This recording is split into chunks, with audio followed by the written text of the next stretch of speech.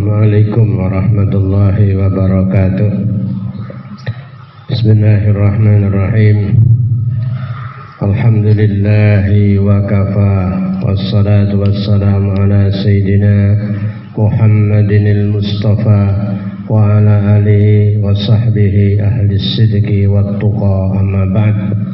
Hadratul muhtaramin, para kiai, para alim, para sepuh bin sepuh, para ustadz, para santri, hadirin wal hadirat, jamaah haji yang dimuliakan oleh Allah Subhanahu wa taala, duyufur rahman, tamu-tamu Allah Subhanahu wa taala.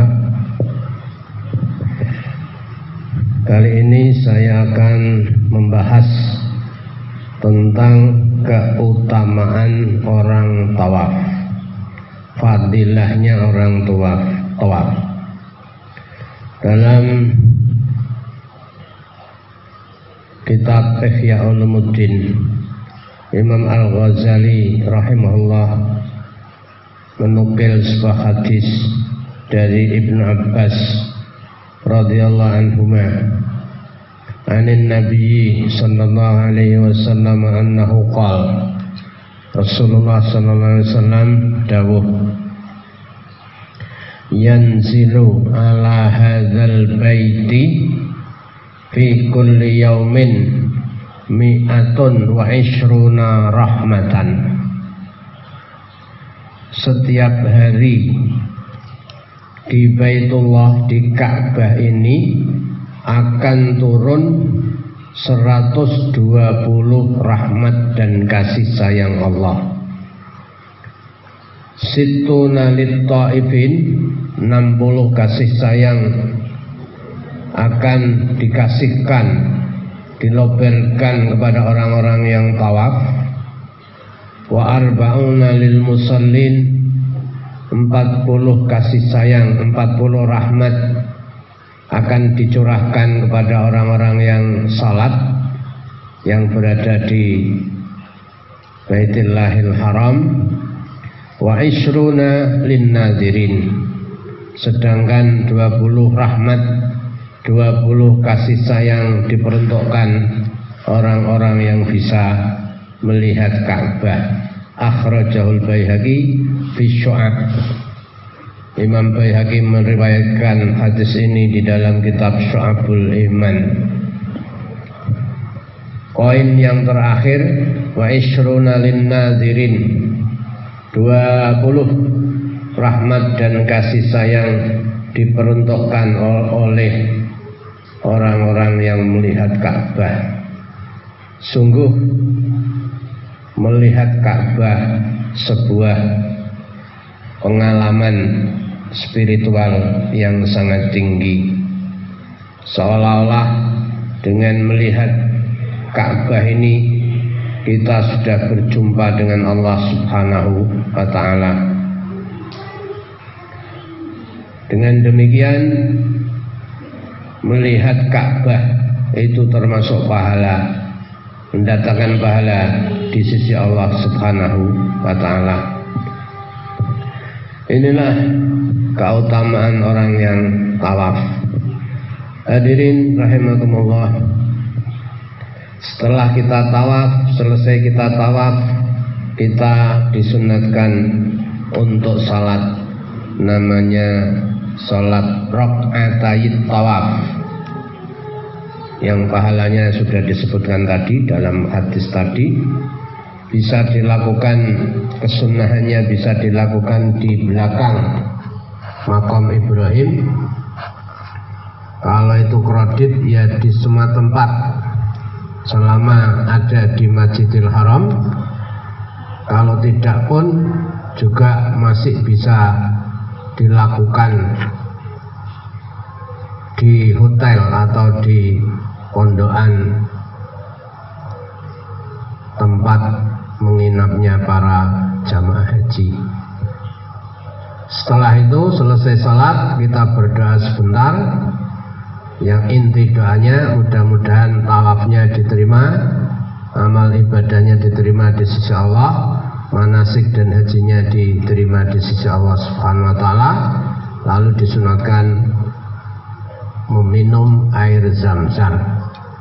Kesunatannya ya meminum air zam-zam sampai istilah Jawanya itu sampai kelempokan, sampai penuh dalam perut.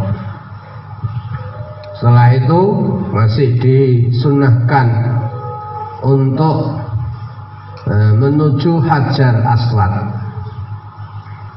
karena Hajar Aswad itu mempunyai keutamaan tersendiri, mempunyai keistimewaan yang sangat khas. Di antaranya yang pertama, kita disyariatkan untuk mencium Hajar Aswad. Kalau tidak bisa ya cukup dengan menyalami. Kalau tidak cukup dengan melambaikan tangan, Bismillah, Allahu Akbar, lalu kita cium tangan itu. Yang kedua, bahwa Hajar Aswad ini tempat yang paling mulia. Dari situlah Hajar Aswad dulunya pondasi utama pertama dipancangkan ketika Nabiullah Ibrahim memulai membangun Ka'bah.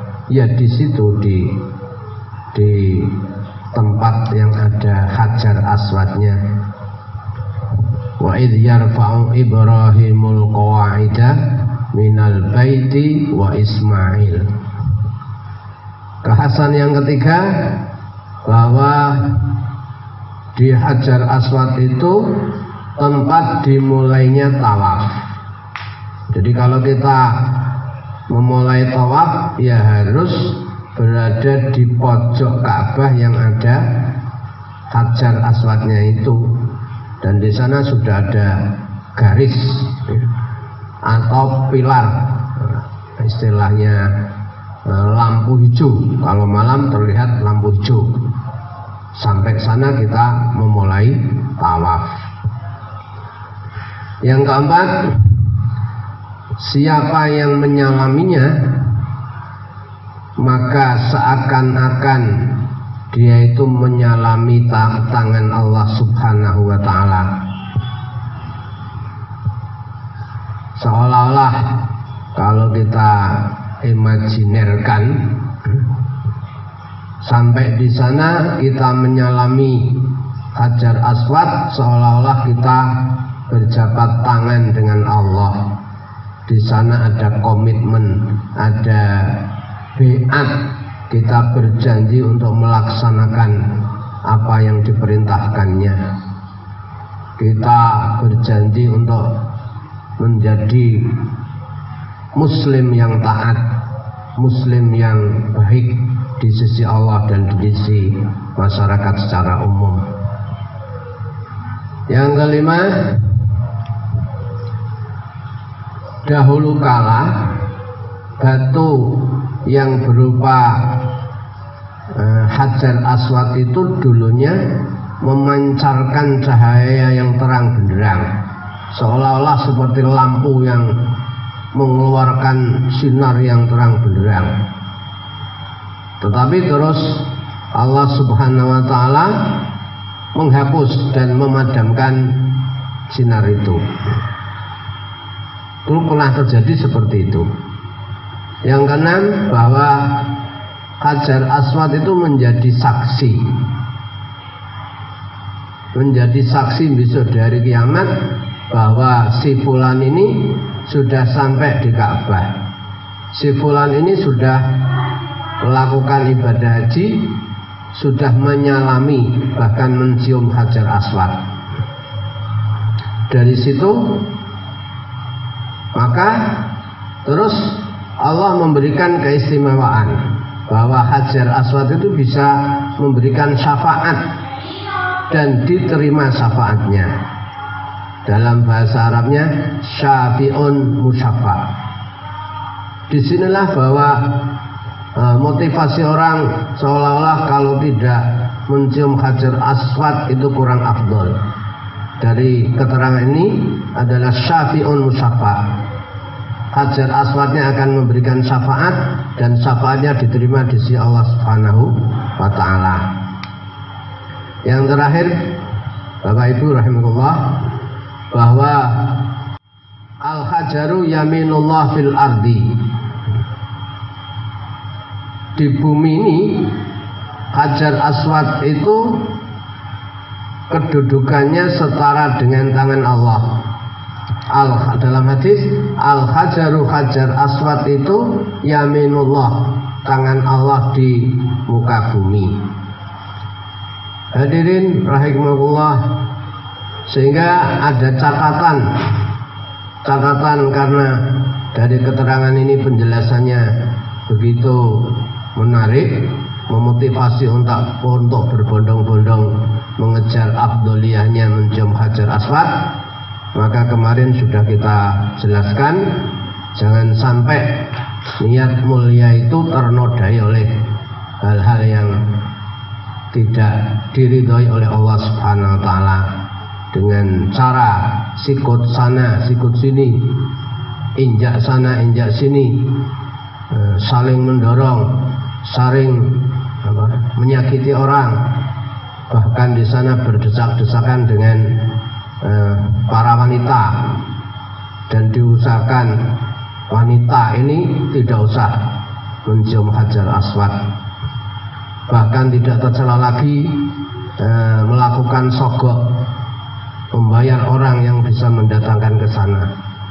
Ini perbuatan-perbuatan yang mencederai kemuliaan ibadah kita, dan itu haram dalam agama. Demikian penjelasan singkat, mudah-mudahan bermanfaat. Hadanallahu ayyakum lima yuhibbu wa yarda. Wassalamualaikum warahmatullahi wabarakatuh.